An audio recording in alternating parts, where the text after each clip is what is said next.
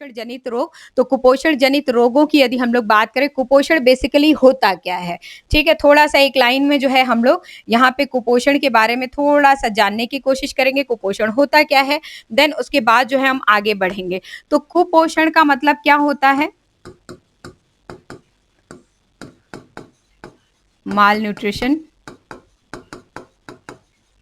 यदि आप लोगों से पूछा जाए कि कुपोषण का मतलब क्या होता है, कुपोषण जो है हम कहते किसे हैं, कुपोषण हम लोग कहते किसे हैं, तो कोई भी व्यक्ति है, ठीक है,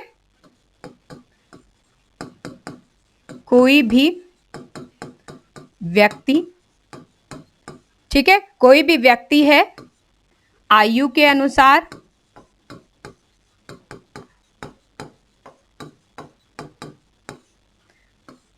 अवस्था के अनुसार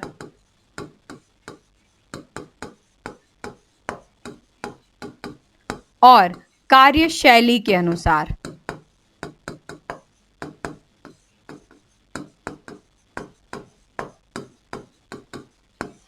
ठीक है, कोई भी व्यक्ति है, कोई भी व्यक्ति है आयु के अनुसार, अवस्था के अनुसार, आयु के अनुसार, अवस्था के अनुसार और कार्यशैली के अनुसार जो उनके लिए डाइट प्लान किया गया है या जो उनके लिए रिकमेंड किया गया है, जो आहार उनके लिए प्रस्तावित किया गया है, ठीक है, जब वो प्रस्तावित आहार की मात्रा से कम मात्रा ग्रहण करता है या जब वो प्रस्तावित आहार की मात्रा से अधिक मात्रा ग्रहण करता है या जब वो प्रस्तावित आहार की मात्रा में कुछ पोषक तत्वों को कम, कुछ को ज्यादा, देन फिर कुछ कम, फिर कुछ को ज्यादा, यदि इस तरह से आहार ग्रहण करता है या फिर किसी विशिष्ट पोषक तत्व को वो ग्रहण ही ना करे, तो ऐसी अवस्था में व्यक्ति जिसका शिकार होता है उसे ही हम क्या कहते हैं? कुपोषण कहते हैं। तो याद रखेंगे, कुपोषण कोई भी व्यक्ति आयु के अनुसार, अवस्था के अनुसार और कार्यशैली के अनुसार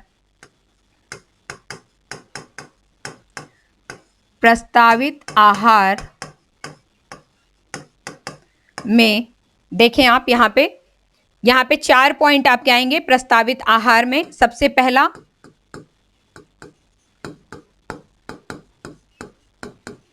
किसी तत्व की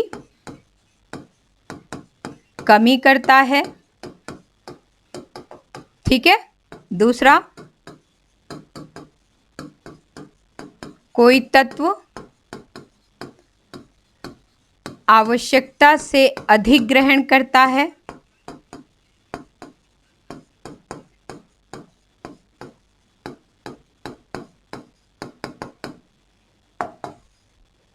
तीसरा,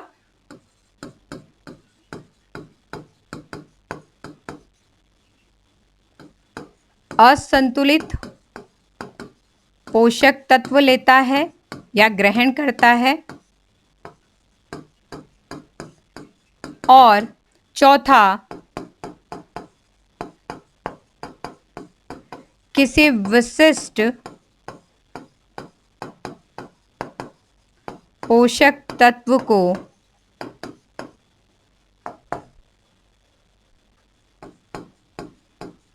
ग्रहण ही नहीं कर पाता, ठीक है।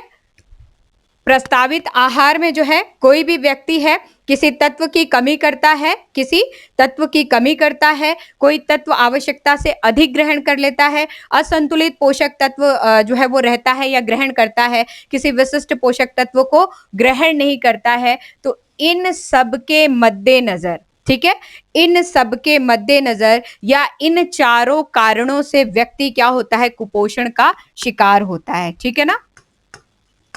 इन चारों कारणों से व्यक्ति कुपोषण का शिकार होता है। सामान्यतः जो है आम बोलचाल की भाषा में जो है जब हम लोग पढ़ते हैं या हमें पढ़ाया जाता है या किताबी भाषा में जब हम लोग जाते हैं तो अधिकांशतः जो है जो कमी वाला पार्ट है यानी डिफिशियंसी वाला जो पार्ट है उसको ही हम लोग कुपोषण से कोरिलेट करते हैं। यानी कि आहार में किसी तत्व की कमी हो गई, भोज्य पदार्थ में किसी तत्व की कमी हो गई, पर्टिकुलरली हम लोग कुछ ग्रहण कर रहे हैं उसमें किसी एलिमेंट की कमी हो गई, तो ऐसी अवस्था में ऐसे सिचुएशन में जो है जो डिफिशियंसीज होती है डिफिशियंसीज को ही हम लोग कुपोषण की संज्ञा देते हैं। जबकि यहाँ पे मैंने 4 चीजें आपको लिखवाई हैं, याद रखिएगा 4 चीजें यहाँ पे, किसी तत्व की कमी, ठीक है, किसी तत्व की कमी, जहां पे कमी की बात आती है यहां पे जो है अंडर न्यूट्रिशन हो जाता है,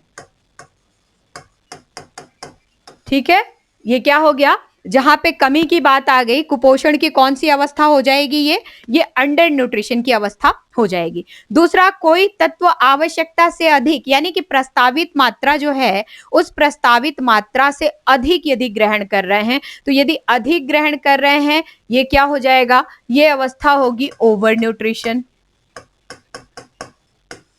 ठीक है, ये अवस्था क्या होगी, ओवर न्यूट्रिशन। तीसरा, असंतुलित पोषक तत्व, ठीक है, असंतुलित पोषक तत्व यदि ग्रहण कर रहे हैं तो यहां पे इम्बैलेंस हो जाएगा, इम्बैलेंस की अवस्था यहां पे बोलेंगे।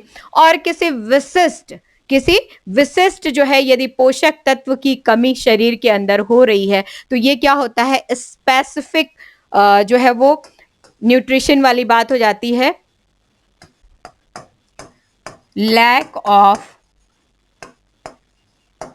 Specific nutrition.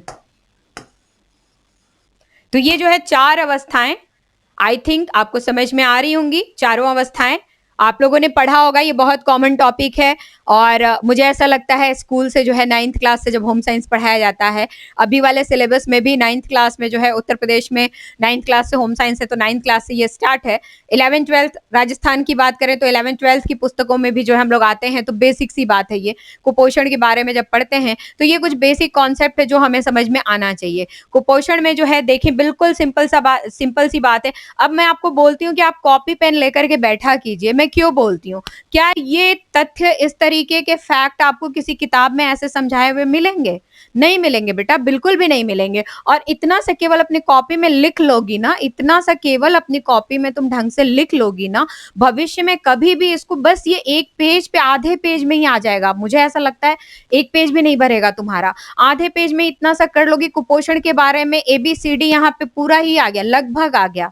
कितने प्रकार का हो गया देखो, प्रकार भी आ गए तुम्हारी, अवस्थाएं भी इसमें आ गई, डेफिनेशन भी तुम्हारा इसमें दिख गया, देन किसके लिए है ये भी दिख गया, फिर किन कारणों से होता है तो कारण भी यहाँ पे पूरी तरीके से दिख गए। तो कुपोषण से तात्पर्य क्या है, कोई भी व्यक्ति जो है आयु के अनुसार, यानी कि हर व्यक्ति जो भी बच्चा जन्म लेता है, जन्म से लेकर के मृत्यु तक जो है, जो भी उसकी जो आयु होती है, आयु के अनुसार जो है उसकी आहार आयोजना क्या होती है, भिन्न भिन्न होती है। अब 4 महीने का जो बच्चा है, 3 महीने का बच्चा है, वो दूध पी के जीवित रह सकता है क्या? 40 साल के व्यक्ति को हम खाली दूध पिला पिला के जीवित रख सकते हैं? नहीं रख सकते, क्योंकि आयु के अनुसार उसकी शरीर की अवस्था, उसकी शरीर की जो डिमांड है, जो उसकी बॉडी डिमांड है, वो अलग अलग होती है, ठीक है ना। ठीक उसी तरीके से 30 साल का जो व्यक्ति है, मिर्च मसाला, तला भुना, गोलगप्पा, पुचकी फुल्की, टिकिया, छोले, छोला भटूरा, पाव भाजी, सांबर, इडली, बड़ा, भला डिमका सब खा रहा है, तो क्या 1 महीने के बच्चे को वो हम सारी चीजें मुंह में ठूस सकते हैं? नहीं ठूस सकते हैं। तो आयु के अनुसार, अलग अलग आयु के अनुसार जो है, जो आहार है या जो पोषक तत्व हैं, पोषक तत्वों की आवश्यकताएं क्या होती हैं, अलग अलग होती हैं।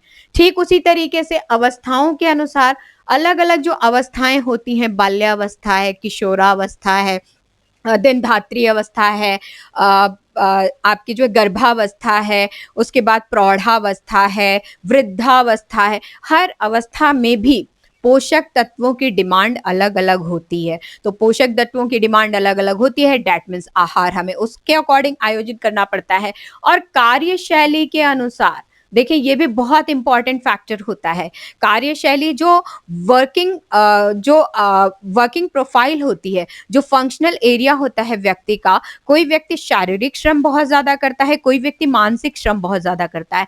तो हम जो है एक ही में जो है उनको नहीं लपेट सकते हैं। मानसिक श्रम करने वाले व्यक्ति या शारीरिक श्रम करने वाले व्यक्ति, यदि शारीरिक श्रम करने वाले व्यक्ति के आहार में हम चपातीस की मात्रा अधिक करते हैं फॉर कैलोरीज, तो हम मानसिक श्रम वाले व्यक्ति को जबरदस्ती ठूस की चपाती नहीं खिला सकते हैं, ठीक है ना। यदि मानसिक श्रम वाले व्यक्ति को हम कुछ ड्राई फ्रूट्स जो है यदि उसके आहार में डालते हैं, तो शारीरिक श्रम करने वाले व्यक्ति का पेट केवल ड्राई फ्रूट से नहीं भरता है, जब तक कि उसको हम रोटी, दाल, इस तरह के चावल, सब्जी ना दें। तो अलग अलग जो है कार्यशैली में भी जो है आहार की आयोजना अलग अलग होती है। क्यों? क्योंकि जो शरीर में पोषक तत्वों की डिमांड है, वो पोषक तत्वों की डिमांड कार्यशैली के अनुसार अलग अलग होती है। अब इसमें भी जो शारीरिक श्रम की हम लोग बात करते हैं, तो शारीरिक श्रम भी कोई बहुत हल्का शारीरिक श्रम कर रहा है, उसकी डिमांड शरीर में पोषक तत्वों की अलग हो सकती है। कोई मध्यम कर रहा है, उसकी अलग हो सकती है। कोई बहुत हैवी वर्क जो है वो कर रहा है, उसकी डिमांड जो है वो अलग हो सकती है। तो अलग अलग डिमांड्स होती हैं, अलग अलग डिमांड्स आयु के अनुसार होती है, एज के अनुसार होती है, देन उसके बाद अवस्थाओं के अनुसार होती है। यानी कि अलग अलग स्टेजेस पे जो है व्यक्ति के अलग अलग स्टेजेस पे, या ह्यूमन लाइफ की यदि हम लोग बात करें, तो अलग अलग स्टेजेस पे भी जो पोषक तत्व है, जो न्यूट्रिशंस है, जो न्यूट्रिएंट्स हैं, उनकी डिमांड्स अलग अलग होती है। And by the same time जो है यदि हम लोग वर्किंग फंक्शन की बात करें, तो अलग अलग कार्यशैलियों के हिसाब से भी जो व्यक्ति अलग अलग कार्य करते हैं, उनके लिए पोषक तत्वों की आवश्यकताएं भिन्न भिन्न होती हैं। तो यहाँ कोई भी व्यक्ति है, ये तीन तरह से हमने देखा, चाहे इन तीनों में से किसी भी उसमें आ रहा है वो, ठीक है, चाहे इन तीनों में से किसी में भी आ रहा है, चाहे तीनों में ही क्यों ना आ रहा है, तो तीनों की अपनी जो है कुछ आहार तालिकाएं होती हैं जो प्रस्तावित होती हैं, ठीक है, जो प्रस्तावित होती हैं रिकमेंडेड डेली अलाउंसेस के नाम से, जिसे हम लोग जानते हैं। प्रतिदिन की आहार तालिका जो है इनके लिए प्रस्तावित की गई है, और उस प्रस्तावित आहार तालिका में याद रखेंगे, उस प्रस्तावित यानी कि प्रतिदिन की जो आहार तालिका प्रस्तावित की गई है, डेली रिकमेंडेड अलाउंसेस या रिकमेंडेड डेली अलाउंसेस की हम लोग बात करें, जो प्रस्तावित की गई है, यदि उसमें किसी तत्व की कमी होती है, यदि किसी तत्व की अधिकता होती है, यदि वे संतुलित होते हैं। यहाँ कमी से तात्पर्य क्या है कि हम जो भी हमें पोषक तत्व लेने हैं, जो भी आहार के साथ हमें पोषक तत्व लेने हैं, हम किसी पोषक तत्व को रोजाना जो है day by day, per day के हिसाब से जो है थोड़ा थोड़ा कम यूज कर रहे हैं, तो इस हिसाब से हम कमी से यहाँ पे ग्रसित हो जाएंगे। यहाँ अधिकता से तात्पर्य क्या है कि कोई भी एक हमारा पोषक तत्व है, उसको हम जरूरत से ज्यादा ले रहे हैं, जैसे खूब नमक खा रहे हैं, नमक डाल डाल के खा रहे हैं, तो आवश्यकता से ज्यादा हमने उसको लिया, तो कहीं ना कहीं आगे चल के हमारे साथ जो है वो रक्तचाप जैसे बीमारियां जो है वो हमारे पास आ जाएंगी। देन वो आएगा तो उसके साथ साथ मोटापा आएगा, मोटापा आएगा तो फिर उसके साथ साथ हमारा अब सोच लीजिए सांस फूलने की बीमारी आ जाएगी, बहुत सारी बीमारियां उसके साथ आ जाएंगी। असंतुलित पोषक तत्व ग्रहण करना, ये तीसरा है। इम्बैलेंस जो फूड हम लोग लेते हैं, इम्बैलेंस डाइट जो हम लोग लेते हैं, ये भी कुपोषण का कहीं ना कहीं आधार होता है। आज हमने प्रोटीन खूब अच्छा ले लिया, मतलब आज हमारे सामने जो है वो जो थाली आई, उसमें सब्जी बहुत टेस्टी है, ठीक है, पनीर की सब्जी बनी है, तो प्रस्तावित है कि एक कटोरी जो है वो सब्जी खानी है, लेकिन पनीर की सब्जी बड़ी टेस्टी बनी है, तो हम 3 कटोरी खा लेंगे। अब 3 कटोरी पनीर की सब्जी खाएंगे, तो जो दाल 1 कटोरी हमारी थाली में थी, उसको हमने निकाल दिया।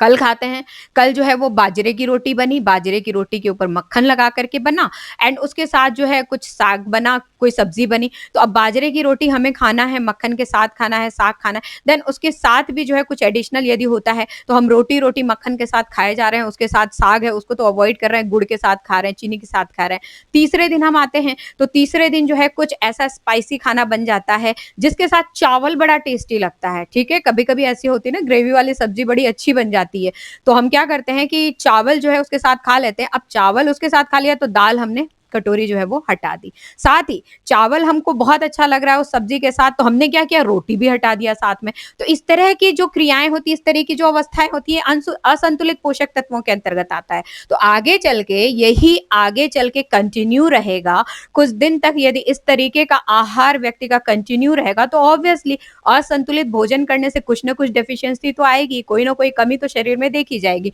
तो इस तरह के जो है हम लोग जो सिम्टम्स हैं वो यहाँ पे कुपोषण में देखते हैं। देन किसी विशिष्ट पोषक तत्व को ग्रहण नहीं कर पाना। व्यक्ति किसी विशिष्ट पोषक तत्व को ग्रहण नहीं कर पाता है, कोई स्पेसिफिक न्यूट्रिएंट्स होता है उसको ठीक से ग्रहण नहीं कर पाता है। उसका रीजन क्या होता है कि किसी ना किसी तरीके से वो कुपोषण का शिकार हो जाता है। तो ये ओवरऑल जो है मैंने कुपोषण के बारे में थोड़ा सा आप लोगों को बताने की कोशिश की।